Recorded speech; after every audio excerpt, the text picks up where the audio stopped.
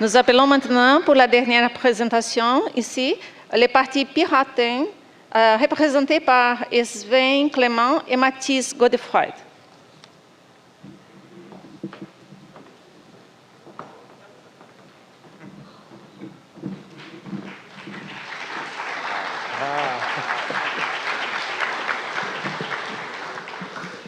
Bom dia. Desculpe meu português muito ruim, por isso vou continuar en français. Pardon, hein, mon portugais il est vraiment mauvais, donc j'attends qu'il mette ça en plein écran.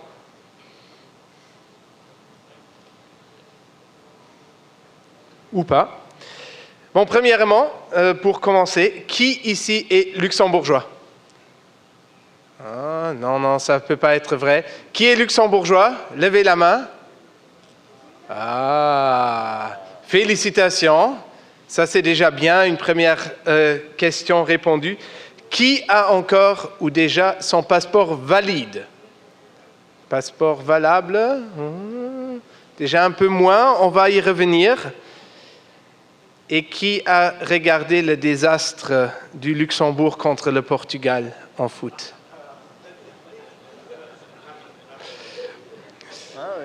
Ok, vous voyez, il nous faut encore des footballeurs au Luxembourg, donc n'hésitez pas, si vous connaissez un luxembourgeois qui sait jouer au foot, on en a besoin.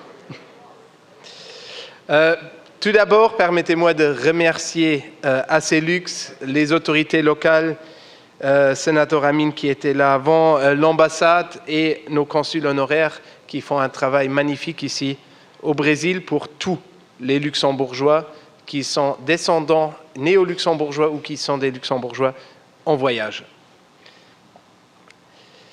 Le Parti pirate, franchement, quelqu'un pourrait le mettre en plein écran peut-être. Je pensais qu'un PDF, ça pourrait fonctionner plus facilement.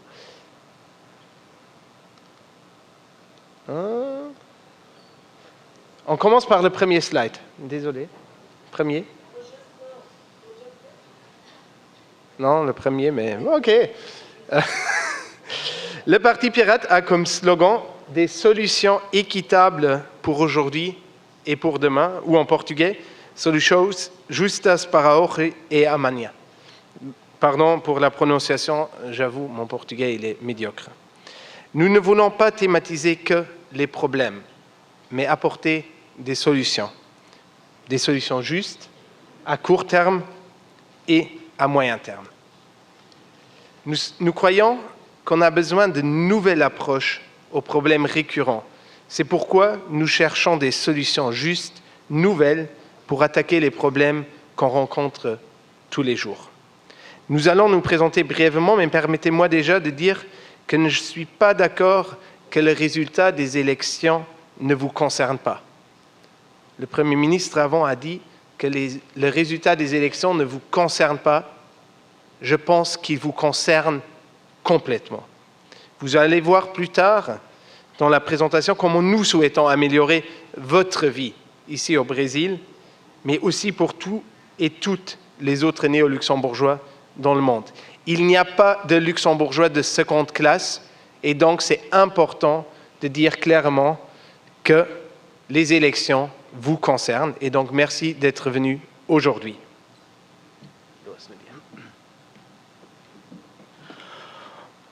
Bom dia, meus queridos amigos brasileiros.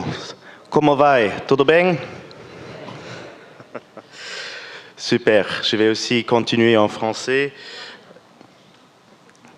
Super, donc je vais un peu présenter l'histoire de notre pays et aussi un peu notre origine. Donc le premier parti pirate a été fondé en Suède en 2006 et on avait comme but d'abord de lutter et pour sauver l'Internet ouvert et la liberté d'expression et d'information. Et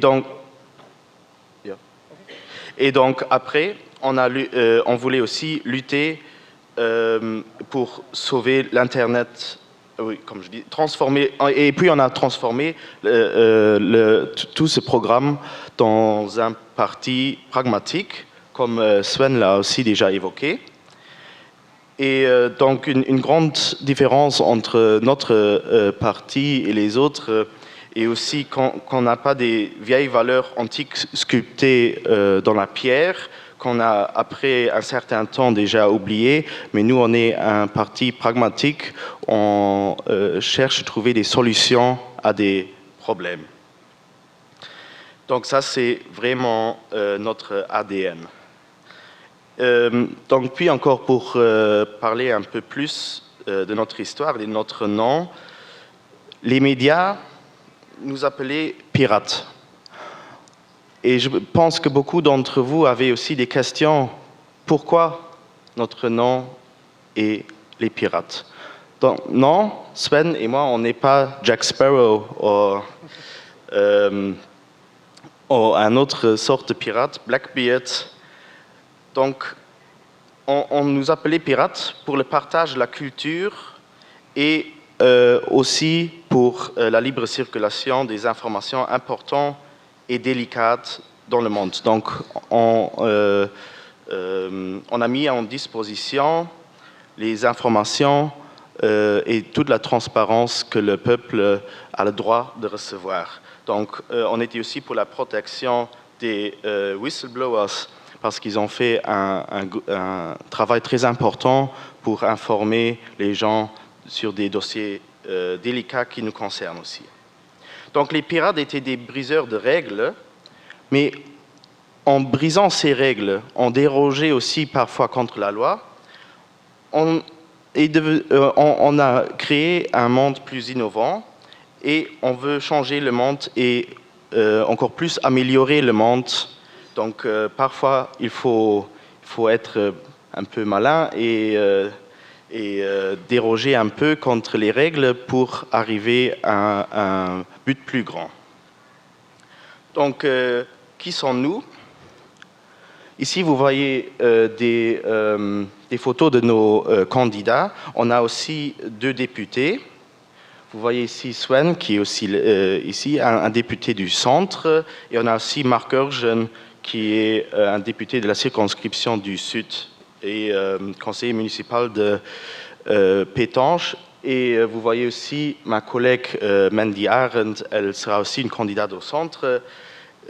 Pour les élections communales en juin, on va présenter beaucoup de nouvelles listes parce qu'on est quand même un parti assez jeune. On s'est créé en 2009 et maintenant on compte déjà plus que 500 membres et on a aussi plusieurs conseils communaux et on va aussi présenter ces élections-ci dans plus que 15 communes des listes avec des pirates. Donc on peut élire des pirates très engagés et qui ont beaucoup d'élan.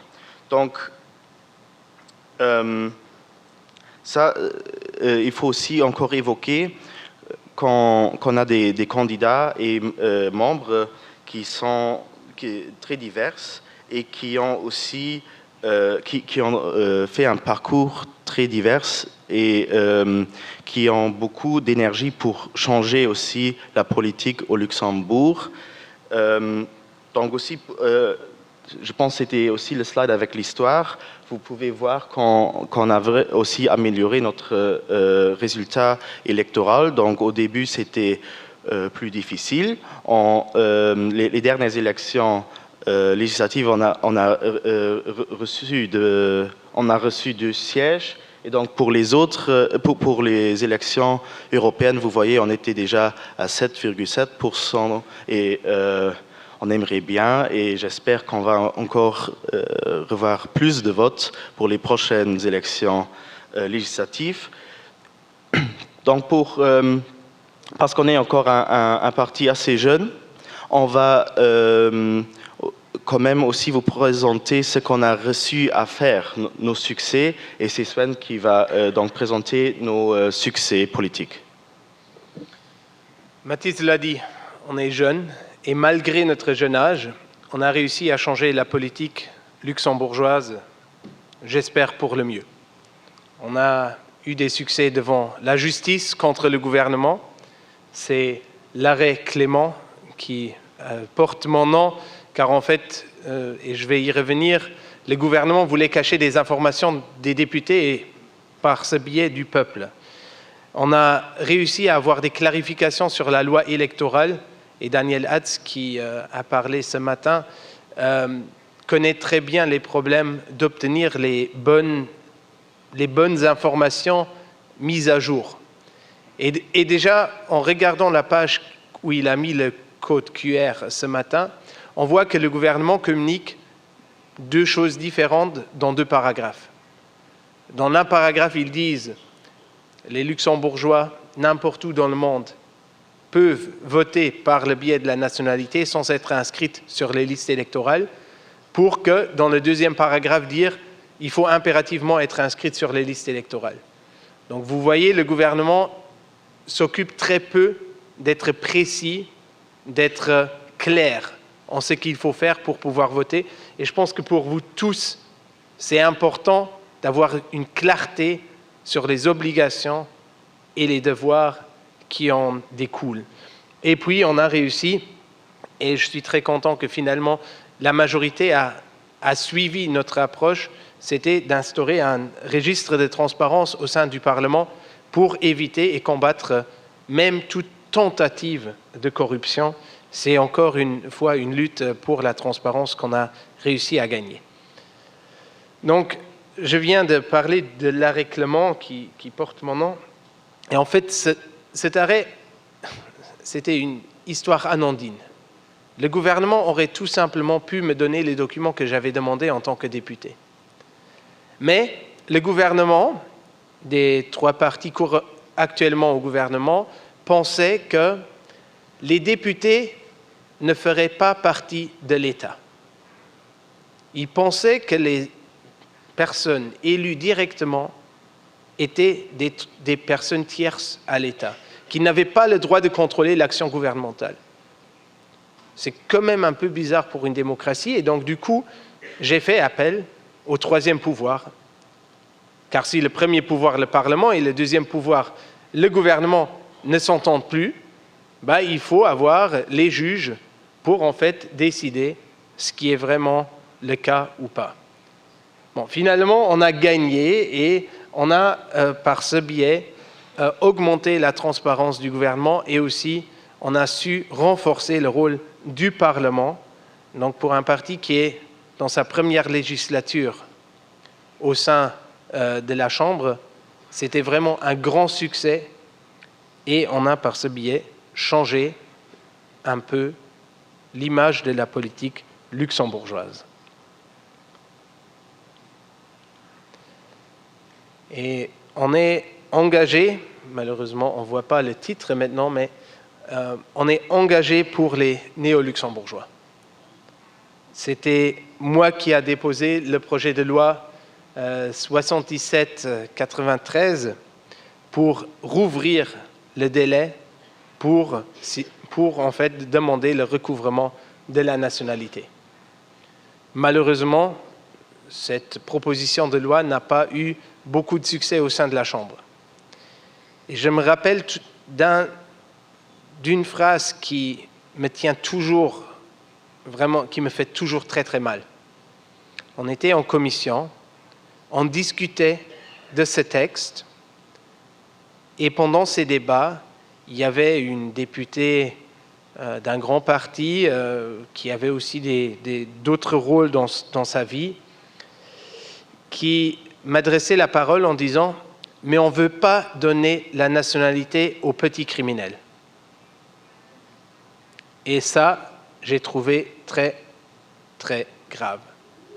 Et donc, vous voyez, lorsque Isabelle a parlé avant que le Luxembourg a un peu oublié qu'on était toujours un pays d'émigration et pas seulement un pays d'immigration, je pense que c'était vraiment oublié au Luxembourg.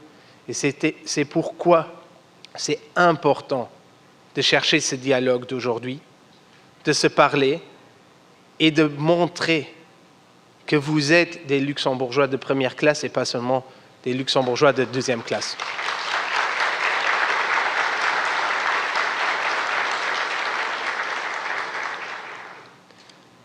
En même temps, on a, pendant le Covid, c'était difficile de voyager au Luxembourg.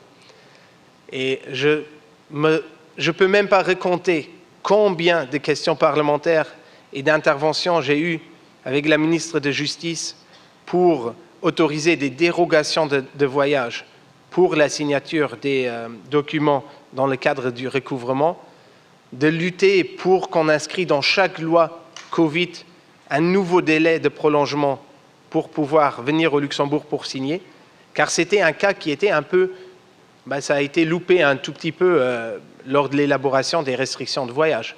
Donc c'était vraiment une bataille constante de rappel, et je suis très content qu'on a su passer avec la dernière version de la loi aux nationalités aussi une prolongation du délai de signature plus longue pour permettre je pense à ce jour-ci encore à peu près 11 000 pas encore luxembourgeois de pouvoir venir au Luxembourg pour signer leurs papiers. Il ne faut pas oublier qu'en novembre l'année dernière, en novembre, donc en un seul mois, il y a eu plus que 3 000 personnes qui ont signé leur demande de recouvrement à la ville de Luxembourg. 3 000 personnes en 30 jours. C'est énorme et je pense que c'est grâce à l'organisation d'ACLux, de nos consuls honoraires, de notre ambassade, mais de vous, de vos familles, qu'on a réussi à accueillir autant de nouveaux luxembourgeois en un seul mois. Donc félicitations pour vous.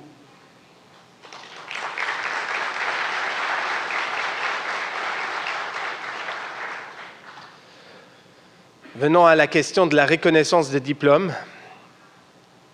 La reconnaissance de diplômes, bon, pour ceux qui ont déjà de la famille au Luxembourg, je ne vais pas vous en parler trop, car ça pourrait embêter un peu, mais c'est certainement un des plus grands problèmes qu'on rencontre aujourd'hui si on vient en tant que nouveau luxembourgeois au Luxembourg. Il faut que le Luxembourg devienne mieux pour reconnaître les diplômes issus du Brésil, mais aussi d'autres pays. Historiquement, le Luxembourg pensait que notre main-d'œuvre venait de la Belgique, de la France, de l'Allemagne, peut-être du Portugal ou de l'Italie. Mais la main-d'œuvre d'aujourd'hui et de demain vient de plus loin. Elle vient du Brésil, des États-Unis, de l'Argentine. Et c'est pourquoi on doit être fort en reconnaissance et en collaboration scientifique pour reconnaître ces diplômes dès le jour d'arrivée.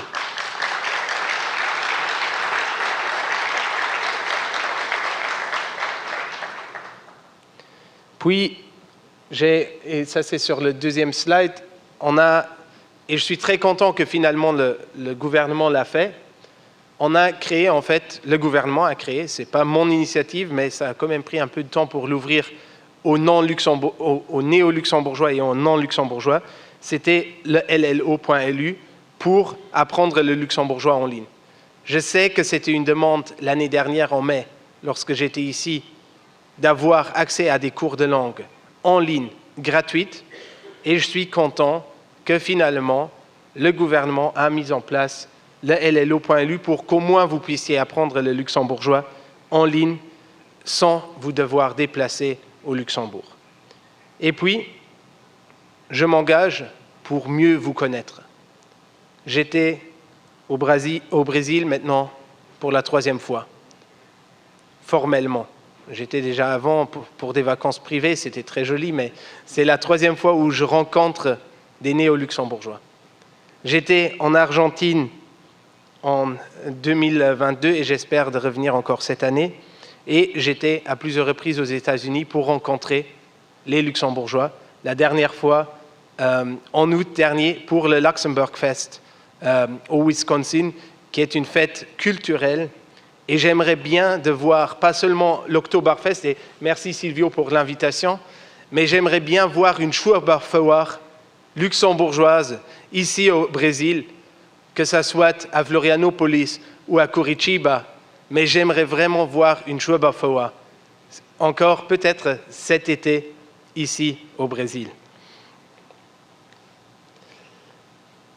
Donc, comment est-ce qu'on veut vous aider? Et je pense que c'est ça ce qu'on doit vous expliquer. Je ne pense pas que ça vous intéresse comment on adresse des problèmes luxembourgeoises très régionales au Luxembourg. Je ne vais pas vous parler des élections communales où vous n'avez pas le droit de vote. Je ne vais pas vous parler de problèmes qui ne vous concernent pas immédiatement. Et c'est pourquoi j'ai dit, je ne signe pas ce que le Premier ministre a dit. Je pense que les élections vous concernent et c'est pourquoi nous, on essaye d'avoir des solutions pour vous rendre la vie plus facile. On commence par la création d'un poste au sein d'un ministère qui a la responsabilité de la diaspora, qui a la responsabilité de traiter toutes les questions des affaires liées à la diaspora, aux néo-luxembourgeois. Et je pense personnellement que ce serait au mieux au ministère des Affaires étrangères, mais ça pourrait aussi être au ministère de l'Intégration, par exemple.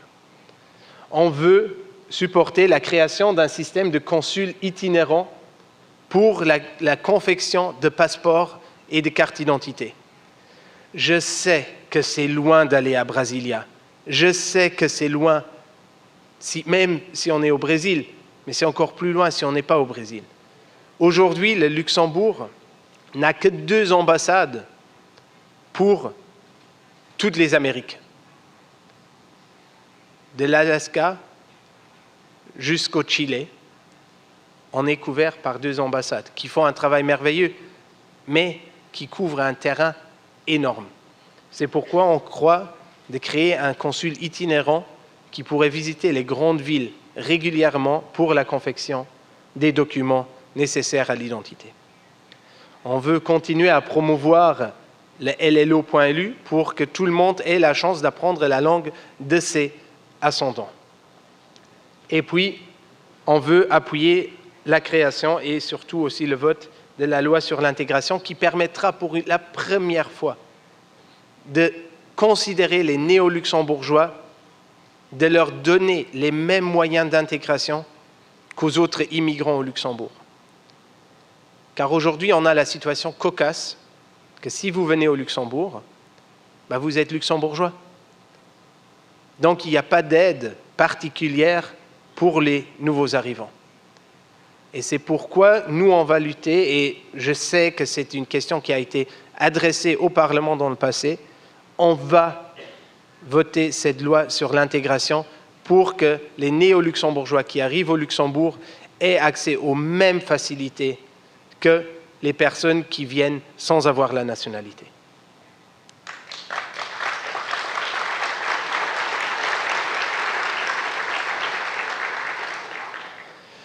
Puis après la révision de l'accord bilatéral Brésil-Luxembourg et Luxembourg-Argentine, je pense que c'est une question qui est technique et qui s'adresse surtout à ceux qui sont déjà doublement imposables, donc je ne vais pas m'arrêter trop longtemps là-dessus. Mais il faut avoir plus de programmes d'échange scientifiques, d'échanges culturels, d'échanges éducatifs. Il faut rendre plus facile la création de programmes d'échange entre les écoles, entre les communes et aussi entre nos différentes organisations nationales et régionales. Puis, il faut vérifier et étudier la possibilité de créer des programmes joints ou de double degré. Et comme je l'ai dit, ça amène à la question de la reconnaissance de diplômes. C'est vraiment pour nous la question aujourd'hui pour rendre la migration de néo-luxembourgeois vers le Luxembourg le plus facile que possible. On a un manque de main-d'œuvre qualifiée. Et ça me fait mal au cœur si j'entends les histoires que des pédiatres, des neuropédiatres qu'on cherche ne peuvent pas travailler au Luxembourg pour manque de reconnaissance de leur diplôme. Donc c'est vraiment un aspect où on veut aider les néo-luxembourgeois qui veulent relocaliser au Luxembourg. Puis, un autre point que j'ai déjà eu la chance d'adresser avec le consul général du Brésil à Bruxelles, qui est responsable pour le Luxembourg, c'est qu'il souhaite venir plus proche du Luxembourg.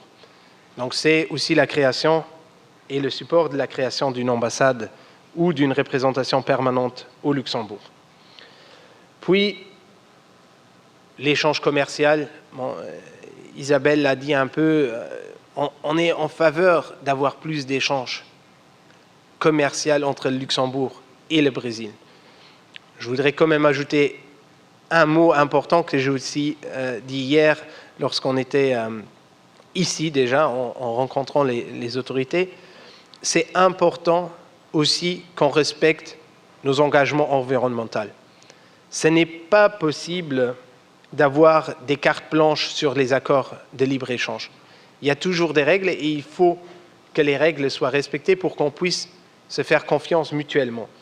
Et je pense que c'est aussi dans les deux directions. Nous aussi, on doit ouvrir nos marchés et pas les fermer aléatoirement jusqu'à ce que ça nous arrange dans un domaine ou un autre. Et puis, il faut renforcer nos liens culturels. J'ai parlé de la Schueberfauer. Franchement, si quelqu'un ici veut créer une Schueberfauer ici, vous avez mon support. Et je vous promets, je viendrai pour l'inauguration. Donc, si quelqu'un a l'idée, j'y serai. Et puis, j'ai encore 2 points que je voudrais quand même promouvoir. Si quelqu'un pourrait scroller légèrement.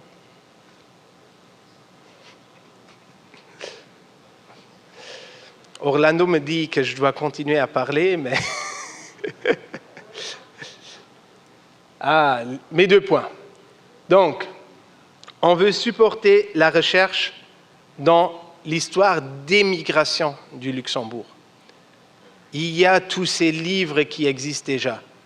Ces livres de l'immigration de la famille Blais, où j'ai reçu un livre comme ça, avec plus que 15 000 descendants d'une seule personne. C'est phénoménal.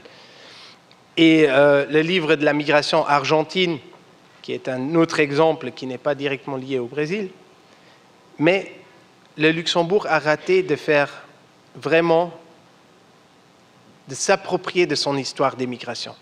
Et je pense que c'est important qu'on revienne sur cette question, qu'on se réalise au Luxembourg qu'on n'est pas seulement un pays d'immigration, mais qu'on était et qu'on est toujours un pays d'émigration dans le monde entier, et que les émigrants d'autant, leurs descendants aujourd'hui sont des ambassadeurs et des ambassadrices du Luxembourg aujourd'hui et pour le futur. Et vous avez vu la présentation de Daniel ce matin. Ce n'est pas si facile que ça de voter. C'est encore plus compliqué d'obtenir la nationalité, j'avoue, et vous l'avez déjà réalisé, donc je n'ai pas de question que vous allez réaliser aussi votre droit de vote. Mais je pense quand même qu'il faut faciliter la mise en place du vote à distance, d'avoir des procédures claires, des procédures qui sont compréhensibles et surtout des procédures que chacun puisse suivre sans qu'elles changent en dernière minute. Donc ça, c'est notre programme pour vous. J'espère qu'on puisse vous aider après les élections d'octobre. Et même si Orlando me dit que je dois continuer, 5 minutes encore, non, désolé. Muito obrigado. Vous pouvez me joindre sur Instagram, Twitter, Facebook, TikTok. Mathis est présent aussi, le parti est présent. On a un site web, vous nous trouvez. On peut certainement répondre à toutes vos questions. Et si vous êtes au Luxembourg, n'hésitez pas à me contacter. Ça me ferait un vrai plaisir de vous accueillir, de vous offrir une visite de la chambre peut-être qu'on a déjà fait avec quelques-uns qui sont dans la salle, ou bien de se rencontrer pour s'échanger sur les perspectives de vous, de votre famille au Luxembourg. Muito obrigado. Ça, je prends.